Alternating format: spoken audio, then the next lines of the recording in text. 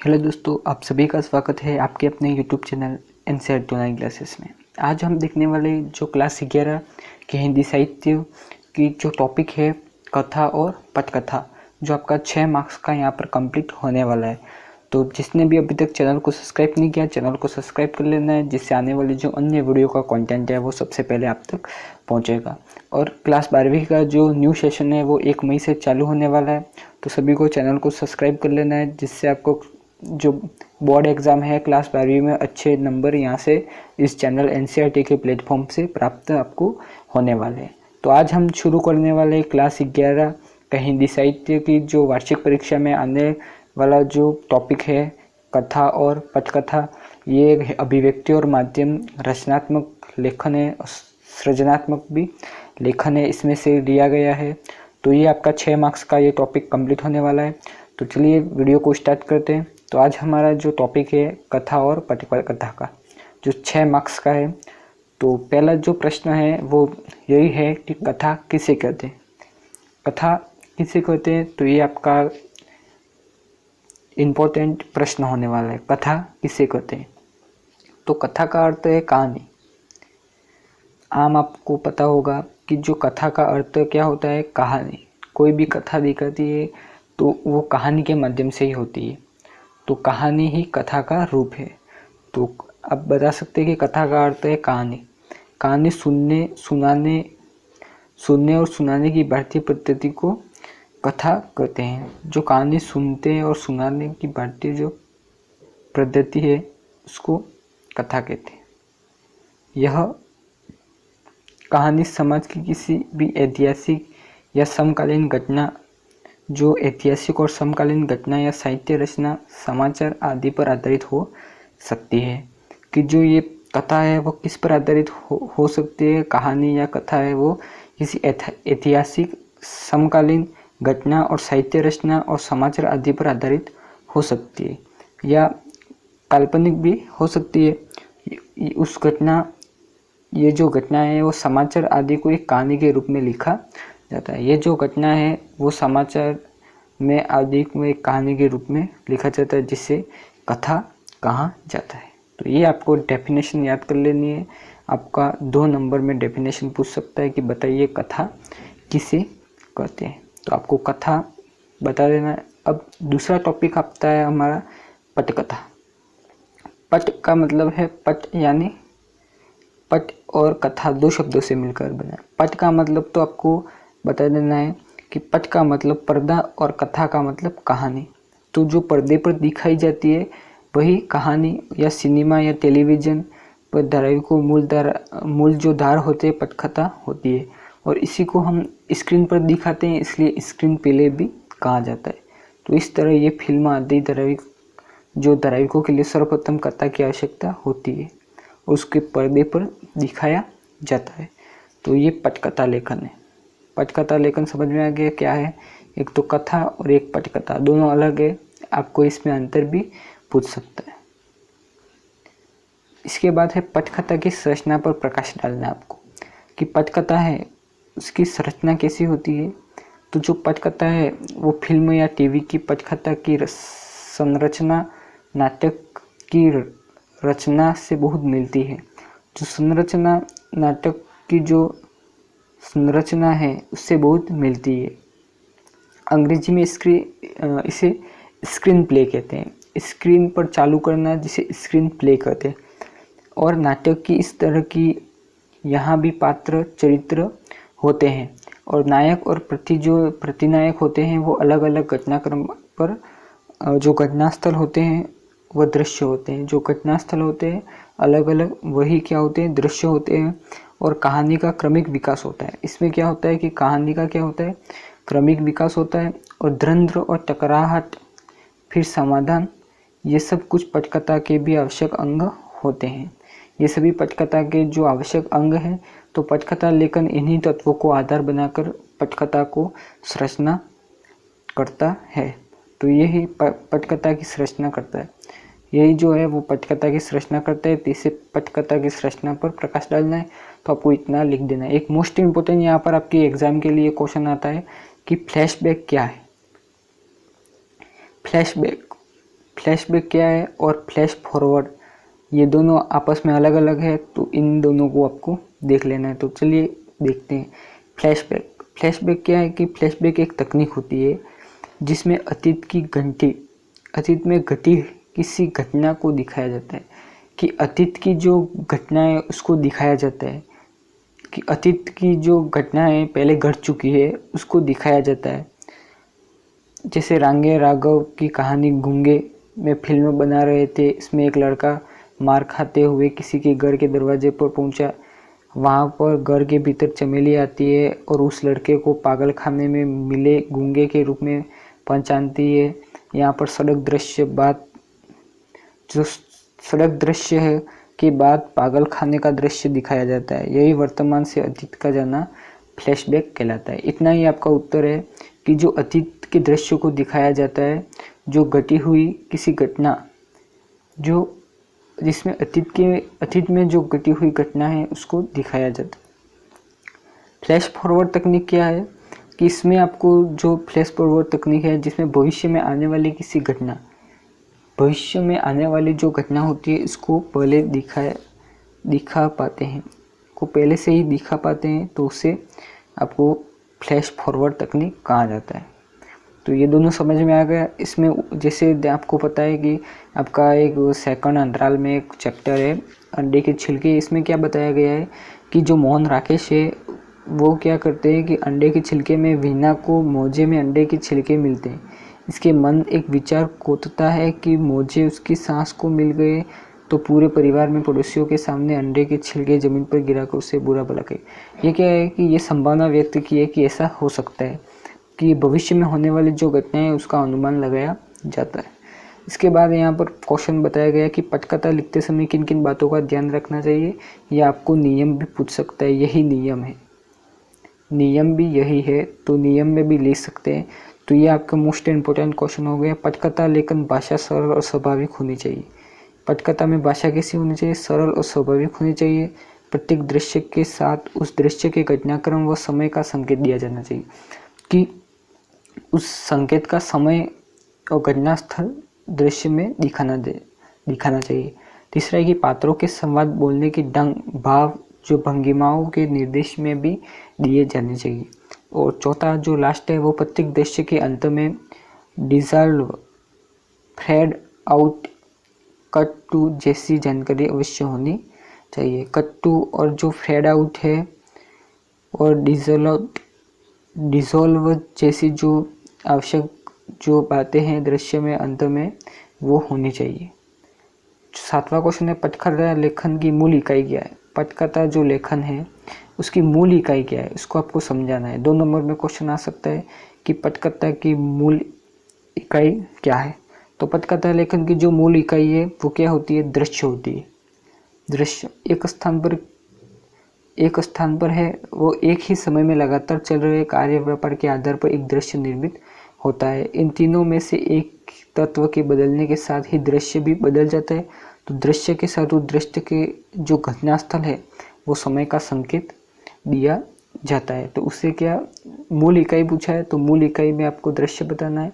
तो दृश्य किस तरह का है वो आपको समझाना है। 8वां क्वेश्चन है पटकथा और नाटक के मूल अंतर बताइए। पटकथा और नाटक में आपको अंतर बताना है। तो दोनों माध्यमों में मूलभूत अंतर है। नाटक एक सजीव कला माध्यम है। नाटक जो होता है वो एक सजीव कला माध्यम होता है जहां अभिनेता अपने जैसे जीवित दर्शकों के सामने अपनी कला का क्या करते हैं? प्रदर्शन करते हैं। जबकि जो सिनेमा होता है वो टीवी और पूरे जो रिकॉर्डर छवियों और ध्वनियाँ होती है। और नाटक के दृश्य में पटकथा से लंबे होते हैं। नाटक के जो दृश्य होते हैं वो पटकथा से क्या होते हैं? लंबे होते हैं। और नाटक से जो सीमित स्थान होता है, जबकि जो पटकथा में स्थान कोई सीमा नहीं होती है। नाटक मंच पर प्रस्तुत किया जाता है, पटकथा टेलीविजन और सिनेमा पर प्रस्तुत किया जाता है। तो ये है नाटक और पटकथा में अंतर। 9वां क्वेश्चन दे रखा है कि पटकथा लेखन कंप्यूटर की भूमिका है। तो पटकथा है वो पटकथा लेखन में कंप्यूटर की क्या भूमिका है? तो आजकल कई ऐसे कंप्यूटर सॉफ्टवेयर हैं जो पटकथा लेखन का प्रारूप बना रहे हैं। इसके माध्यम से पटकथा लेखन अधिक सुव्यवस्थित व्यवस्थित और सरल हो जाता है। ये सॉफ्टवेयर न केवल पटकथा लेखन में उपयोगी है सुझाव देते हैं, बल्कि लेखन हो रही तकनीकी गड़बड़ियों को जानकारी देना सावधान भी करते हैं। जानकारी जो मिलती है, जानकारी देकर सावधान भी करती है। 10वां क्वेश्चन है मोस्ट इम्पोर्टेंट, टिक लगा देना है। ये क्वेश्चन आपके एग्जाम में आने वाला है कि पटकथा की संरचना के महत्वपूर्ण घटक कौन कौन से हैं। तो पात्र, चरित्र, नायक, प्रतिनायक, अलग अलग। यहाँ पर पटकथा पूछा है तो आपको जो पटकथा है उसका बताना है। चौथा है दृश्य और दृश्य संकेत। 5वां है संवाद, कहानी का क्रमिक विकास, द्वंद्व और टकराव और समाधान। ये 8 जो घटक है वो आपको बताने पटकथा के। इसके बाद है फिल्म और धारावाहिकों के मूल आधार क्या है। तो ये आपको फिल्म और धारावाहिक का मूल आधार पटकथा ही होती है। फिल्म और धारावाहिक क्या है? पटकथा, जो पर्दे पर दिखाई जाती है और उसमें बताया जाता है। इसी के अनुसार निर्देशक अपनी शूटिंग की योजना बनाता है। अभिनेताओं को अपनी भूमिका की बारीकियों और संवादों की जानकारी मिलती है। कैमरे के पीछे काम करने वाले तकनीशियों और सहायकों को अपने अपने विभागों के लिए महत्वपूर्ण सूचनाएं प्राप्त होती है। और जो कथानायक तो इसका ही एक अभिन्न हिस्सा होता है। इसके फ्लैशबैक तकनीक के 2 उदाहरण, ये उदाहरण आपकी बुक में से बताना है आपको। फ्लैशबैक का, फ्लैश फॉरवर्ड तकनीक के 2 उदाहरण, ये भी आपको एक बुक में बता देने।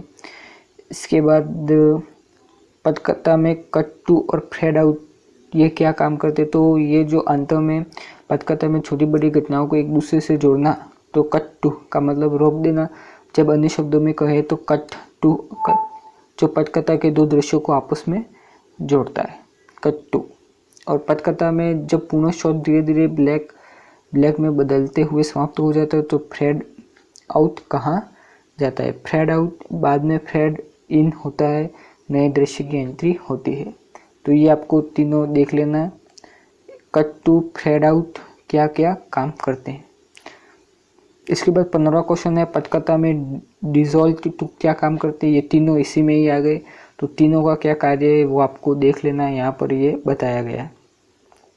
इसके बाद 16वां क्वेश्चन है, ये आपको याद कर देने 5 लेखकों उनकी रचनाओं के नाम लिखिए जिन पर टीवी और धारावाहिक फिल्म बन चुके हैं। तो मुंशी प्रेमचंद्र, वृंदालाल वर्मा और फणीश्वरनाथ रेणु, शरत चंद्र चट्टोपाध्याय और मोहन राकेश आपके चैप्टर में है। शरत चंद्र चट्टोपाध्याय, दूसरा देवदास जो है वो 12वीं में है, आप 12वीं में आओगे पढ़ोगे। इसके फणीश्वरनाथ रेणु की तीसरी कृति उस मारे गए गुलफाम, ये उनकी रचनाएं। वृंदालाल वर्मा चित्रलेखा, मुंशी प्रेमचंद्र गोदान और चरण चंद्र खिलाड़ी, ये भी आपकी बुक में है। इसके बाद 17वां क्वेश्चन है कि कथा कहाँ से मिलती है। तो कथा, ये मोस्ट इम्पोर्टेंट क्वेश्चन है, कथा कहाँ से मिलती है। तो जो पौराणिक आख्यान है वहाँ से, ऐतिहासिक से, काल्पनिक से, जो समसामयिक विषय हैं उससे, और लोक साहित्य से, और भारतीय जो साहित्य है मुंशी प्रेमचंद्र जैसे, वृंदालाल शर्मा जैसे, ये अभी बताए, फणीश्वरनाथ रेणु, मनु भंडारी की, उनसे मिलते। इसके बाद 18वां क्वेश्चन है कि पटकथा में संवाद की क्या भूमिका होती है। संवाद का मतलब जो संवाद को एक स्थान से दूसरे स्थान पर पहुंचाना, तो संवाद, इसको संवादीय कहते हैं। संवाद से तात्पर्य 2 या 2 से अधिक व्यक्तियों के बीच जो पारस्परिक क्रिया होती है जिसे संवाद कहते हैं, बात करना। तो भाव अभिव्यक्ति का या किसी विषय पर विचार रखते और उपस्थित व्यक्ति के विचार जानने का कार्य करने का यह मूलाधार है। लेखक जो होता है वो कथा को पटकथा में परिवर्तन करने के लिए पात्रों, संवादों का रूपरेखा करता है। कि जो संवाद होता है वो संवाद 2 या 2 से व्यक्तियों के मध्य जो होने वाले जो पारस्परिक जो क्रिया होती है, जो बातचीत होती है, उसको ये हम क्या संवाद कहते हैं। और भाव अभिव्यक्ति का या किसी व्यक्ति विचार में जो उपस्थित व्यक्ति के जो विचार है, विचार और जानने का जो कार्य करने का जो मूलधार है, वो लेखक कथा और पटकथा में परिवर्तन करने के लिए पात्रों को संवाद की रूपरेखा तैयार करता है। तो ये पटकथा का क्या है, संवाद। 19वां क्वेश्चन है कि पटकथा की भाषा किस प्रकार की होनी चाहिए। तो पटकथा की भाषा सरल और सहज होनी चाहिए। भाषा के माध्यम से लेखक कथा को दृश्यों में बांधकर पटकथा में परिवर्तन कर। पटकथा की भाषा पात्रों में अनुकूल होनी चाहिए, सरल होनी चाहिए, स्पष्टता होनी चाहिए, सरल होने उनकी विशेषता होती है। पटकथा में अंग्रेजी शब्दों का प्रयोग किया जाता है, जैसे park, railway station, park interiors, exterior आदि का उपयोग होता है। 20वां क्वेश्चन है कि पटकथा की सार्थकता कब सिद्ध होती है। तो ये भी इम्पोर्टेंट क्वेश्चन है, आपके एग्जाम के लिए पढ़ लेना है कि पटकथा की सार्थकता कब सिद्ध होती है। तो पटकथा की महत्ता उसके उद्देश्य से निहित होती है। पटकथा की जो सार्थकता है और उसके उद्देश्य से निहित होती है। यदि पटकथा समाज को उचित दिशा निर्देश देती है, कि जो पटकथा है वो समाज को क्या देती है, उचित जो दिशा निर्देश देती है, तो समाज के कल्याण और विकास के लिए दर्शकों को प्रोत्साहन करने और उनका मार्गदर्शन करने की उसकी सार्थकता सिद्ध होती है। और मार्गदर्शन और उसकी दर्शकों को प्रोत्साहित करने की जो उनकी सार्थकता है वो यहाँ पर क्या होती है, सिद्ध होती है। तो इस तरह आपकी जो पटकथा की सार्थकता सिद्ध होती है। तो इस तरह आपका जो 6 नंबर का टॉपिक था यहाँ पर वो कंप्लीट होता है। आपको पूरा समझ में आ गया होगा। यहाँ पर आपका जो ये क्वेश्चन है मोस्ट इम्पोर्टेंट है, आपको एक बार टिक लगा देना है। आ सकता है ये 4 आपके पॉइंट लिख देने हैं, ये 4 पॉइंट लिख देने। उसकी भाषा कैसी होनी चाहिए, ये किस पर आधारित होना चाहिए। तो ये प्रत्येक दृश्य घटनाक्रम और समय के संकेत के लिए जाना जाता है। पात्रों के संवाद भाव भूमिका निर्देश दिए जाने चाहिए। प्रत्येक दृश्य के अंतर में कौन से शब्दों का उपयोग किया जाना चाहिए। डिजॉल्व, फेड आउट और कट टू जैसी जानकारी अवश्य होनी चाहिए। ये आपकी एक फ्लैशबैक और फ्लैश तकनीक, फ्लैश फॉरवर्ड, फ्लैशबैक, ये दोनों आपको आने चाहिए। इसमें अंतर भी पूछ सकता है।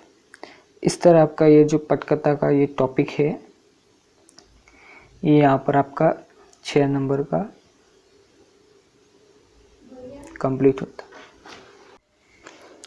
ये कथा और पटकथा का ये 6 नंबर का आपका टॉपिक है वो यहाँ से कंप्लीट हो जाता है। तो वीडियो को जिसने अंत तक देखा है उसके यहाँ से आपके 6 नंबर कंप्लीट हो गए होंगे। और आपका जो नेक्स्ट टॉपिक है वो इसी में आता है सृजनात्मक लेखन में, वो है डायरी लेखन। डायरी लेखन में जो 2-4 ही मोस्ट इम्पोर्टेंट क्वेश्चन है वो भी मैं बताने वाला हूँ। तो नेक्स्ट वीडियो में आपके डायरी लेखन का कंप्लीट होने वाला है। और मैं एक बात और बता दूँ कि आपकी जो क्लास 12वीं का न्यू सेशन है वो 1 मई से चालू होने वाला है। 1 मई से आपकी बोर्ड एग्ज़ाम की तैयारी कंप्लीट ही करनी शुरू कर देनी है 1 मई से। और 1 मई से आपको इसी चैनल को देखते रहना है। जो वीडियो आएंगे तो आपको 95 ऊपर आपके बोर्ड एग्ज़ाम में आने की फुल यहाँ पर संभावना हो जाती है।